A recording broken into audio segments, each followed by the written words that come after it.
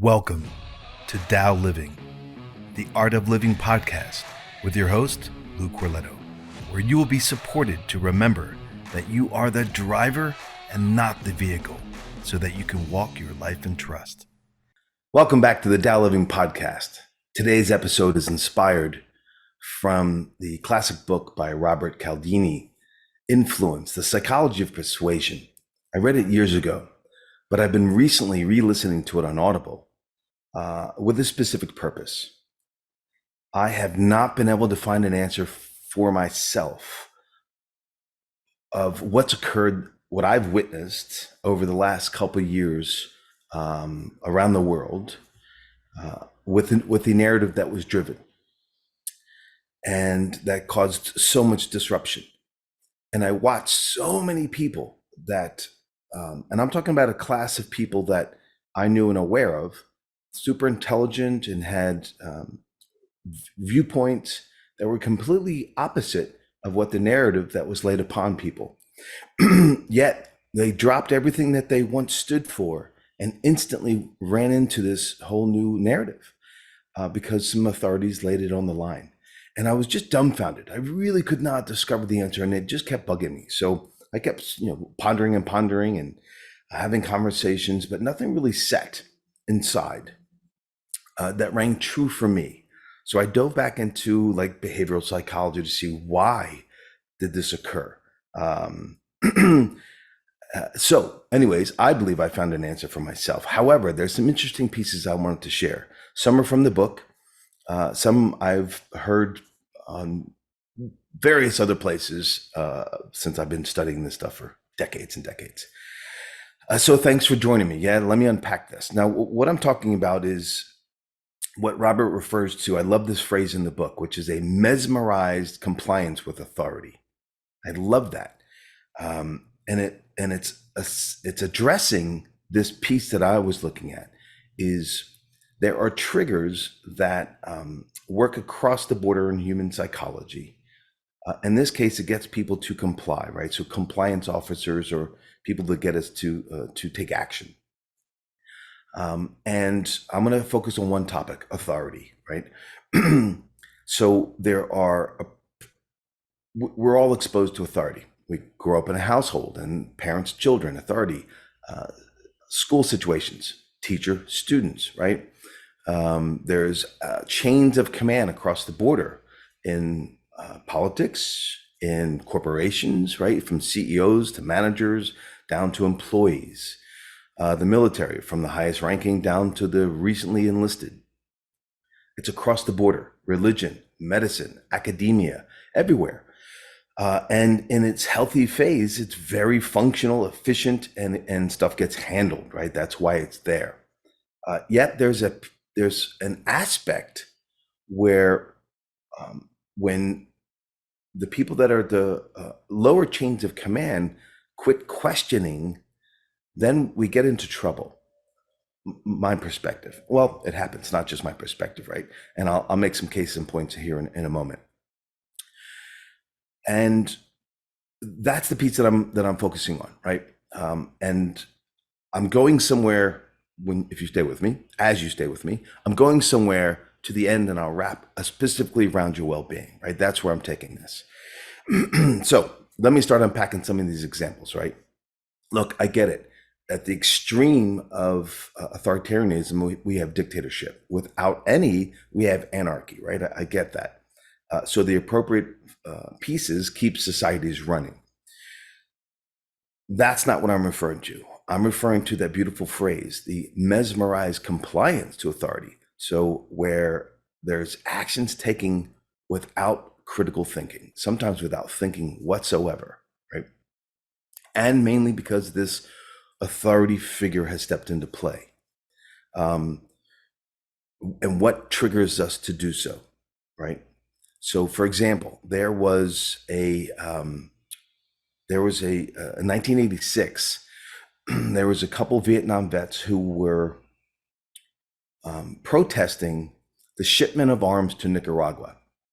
The arms are going to leave, weapons. We're going to leave a naval base in California on a rail system to be shipped over.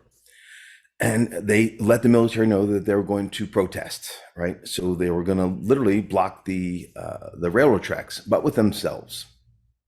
On the day of, the engineer of the train was a civilian who was told by the military hierarchy for do not stop for any reason.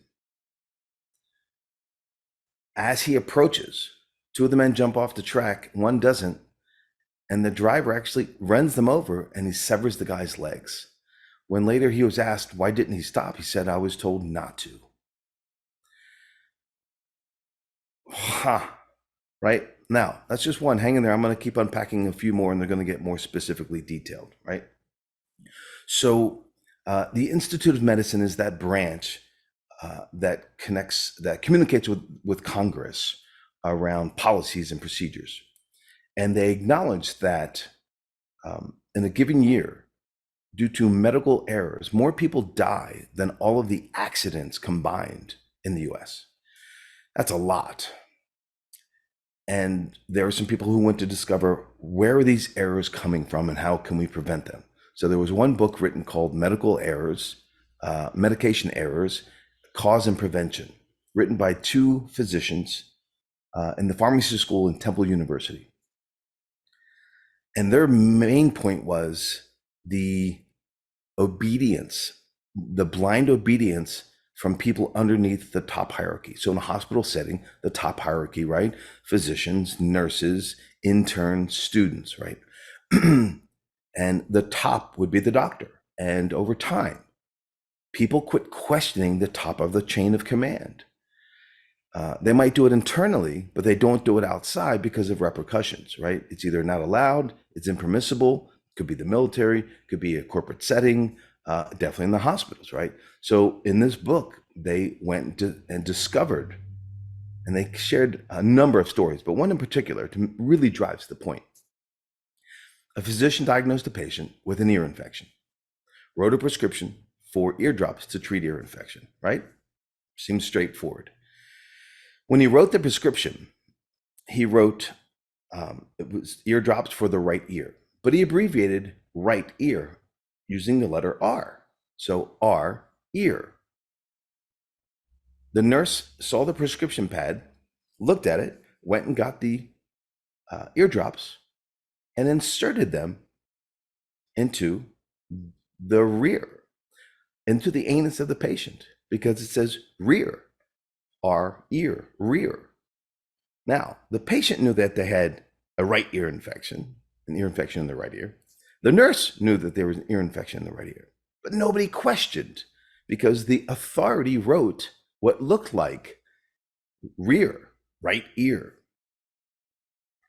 and inserted these drops into the anus. Now, that seems preposterous, but it happened. Why? Because no one questioned the situation, even when they knew that indeed that doesn't make any sense, right? There was a stream of experiments also in the book that showed there was a gentleman who called into the nurse's station, introduced himself as a doctor from one of the hospitals, and requested a prescription, yet it was a lethal dose to be given to certain patients. This was an experiment. And the nurses complied. 95% of them, I think there was like 48 different nurses. 95% complied without question. They went to the cabinet, obtained the amount that the doctor requested, and were about to administer it to a patient, which then they were stopped in the hallway because it was an experiment, and let them know what was going on. And then question, like, why didn't you question that? Did you not know that this was a lethal dose? That's one thing, right? Increase education. And if you did know, why didn't you do something about it? And all the answers were, well, the doctor prescribed it. On top of that, no one asked the qualification or the identification of the calling physician. That was just a researcher. All he did was say, I am a doctor. So like titles, right? The white coat, the blue uniform for police officers, the the three-piece suit. So there's certain things that trigger authority figures in the human psyche that cause people to comply without questioning.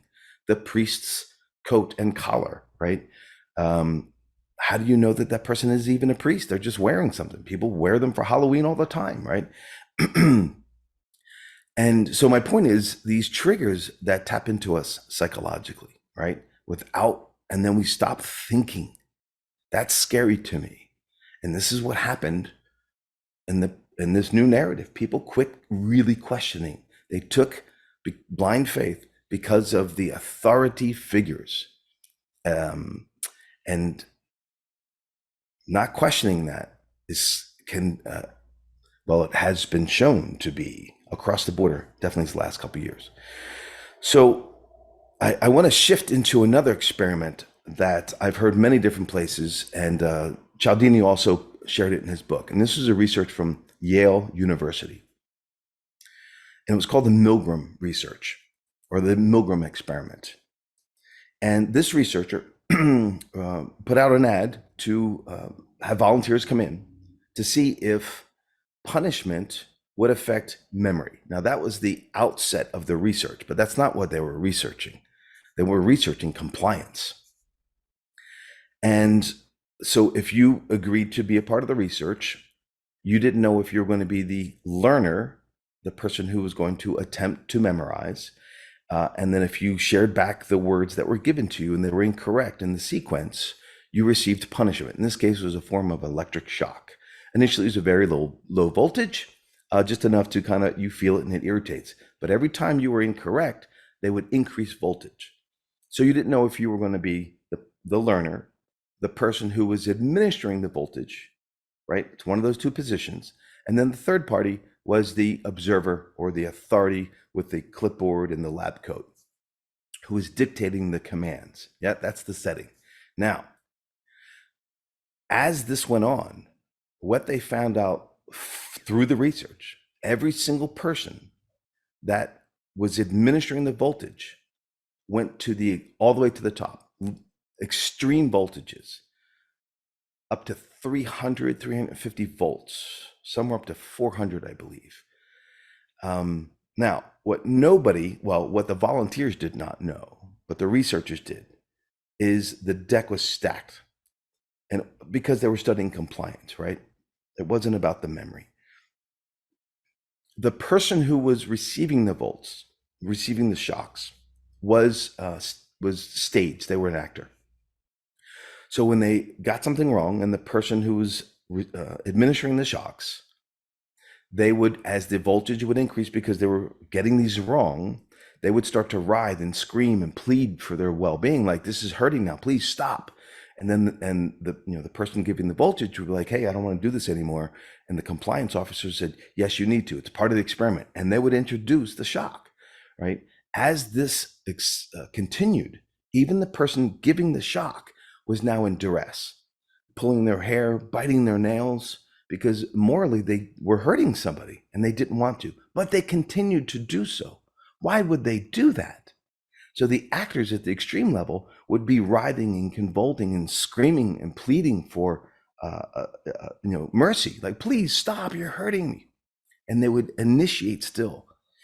So they would, like, does this person, have, or do they have ill manners? Like, do they like hurting people? None of them did. And they switched the research was reproduced over and over again. Males, female, age group, socioeconomic status, it didn't matter. Everybody continued up to the hierarchies of inducing those shocks. Why would they do that? Because of the compliance officer, the authority was continually instructing them to do so. And they complied against their own moral compass. Yeah. So to me, that was the piece that I was looking for. That's very telling. Why? Wow. So, this whole concept of authority with meaning these access to these psychological triggers that human beings have. The con artists use it, right? So they dress in the certain apparel in order to start activating that trigger, so we just comply. There was researches in banks where banks were testing their security systems And people that dressed in an appropriate manner were given access by the bank employees to the inner resources of the bank and walked out with computers, and nobody questioned them simply because they had the proper attire on. They could have just been ripping the bank off, right? Yet the bank hired them to do that so they could find out where there were security issues, right? Anyway, so this type of stuff has been studied over and over again across all kinds of realms. My point, though, the mesmerized compliance to authority, where does that show up in your life? Well, for the past 35 years as an expert, I've watched it in one domain succinctly. That's the health and healing to an incredible degree, where the average person has given over the domain of their well-being to the expert that they go see help from, usually the physician, because that's the most accepted model in the Western world. And I've witnessed some atrocities because people did not question, because the authority said, this is what we need to do. I remember when I first started my practice, there was a woman came in who was suffering from extreme migraine headache, to the point where once a week she would be giving morphine to put her out because they were so intense. By the time I met her, she had already been through so many procedures where they were attempting to discover the root cause of her headaches. They removed her teeth because they thought the teeth were putting pressure on the nerves up into her cranium. Didn't work. They broke her facial bones. That didn't work. They rooted out her sinuses, like roto-rooter, all kinds of things. And she still had those same levels of intensities when I saw her. And with just a short period of time of giving her different kind of work, helping her nerve system heal, no longer did she had resolution. And I was like, why did you do that? Well, because they told me that's what I needed to do. There was a pastor I took care of who was diagnosed with sleep apnea. And by the time I saw him, he'd been through a number of procedures where they actually cut his tongue and moved it forward, because they said when he went to sleep, his tongue would fall back, causing the sleep apnea. That didn't work. They actually moved his jaw to a different place on his cranium. That didn't work. And I get it. When people are suffering, they're willing to do almost anything. I get that. Yet there's this lack of questioning, like, hold on, does that even make sense? We quit questioning. When we quit questioning, that's when we get into trouble. So that's my point, especially when it comes to your health and well-being. It is your health and well-being. Getting assistance is essential, but please do not slip into the mesmerized compliance of authority, because if they're incorrect, you're the one that pays the consequences, possibly for the rest of your life. And that happens way too often. Get insights for sure, and then assess them, and then get multiple insights if you need to, right? Most people don't do that with their mechanics, their plumbers, their electricians. They don't just take the first word. They'll get a second opinion. But oftentimes when it comes to health and healing, they just get one opinion one time and run with it. That's very scary to me. So that's where I'm summarizing into, right? Is be mindful of where you allow yourself to be triggered into just blindly accepting authoritative statements, right? Simply because it comes from that state of position. So for me, this definitely answered why I witnessed so many people allow themselves to be injected with experimental, untested drugs into their body just because somebody told them to do so. Woo! So, in support around this process, in closing, I do have, and it'll be coming down soon on the website, is a free video series called Operator's Manual for Your Vehicle, right? I get it, because before I started studying this 35 years ago, almost 40 years now, I didn't know how this worked, this body. So I trusted blindly the people outside of me who did. One, I was taught to listen to these experts, right? Remember, we grow up that way. Listen to the elders. Listen to, okay? Listen, yes. Blindly? No. So in this free video series, Operator's Manual for Your Vehicle, I give you a different perspective on how this thing actually works and what you can do to engage in it so it can actually heal, so you can heal and bring your bodies online, right? You're not broken. You just need to learn to translate the messages that your own system is giving you to take appropriate actions to get resolution and quit shooting the messenger, right? It doesn't work. We have a long history of our well-being in our country is just collapsing, and it has been for a long time because that model doesn't work for healing, right? Great for crisis, not good for healing. So check in. Do you allow yourself to be affected by the mesmerized compliance with authority? Until next time, abundant blessings. Peace. Ciao. Thank you for tuning in to the Tao Living Podcast, The Art of Living. Now go to loucorletto.com, LOUCORLETO.com, to receive your free training, The Operator's Manual for Your Vehicle. See, when you buy a phone, you get a manual. When you buy a car, you get a manual. When you entered your body, no manual. Let me teach you how it's really designed to work. Also, help me help others and share this podcast far and wide. And subscribe so you don't miss a single episode. Until next time, abundant blessings.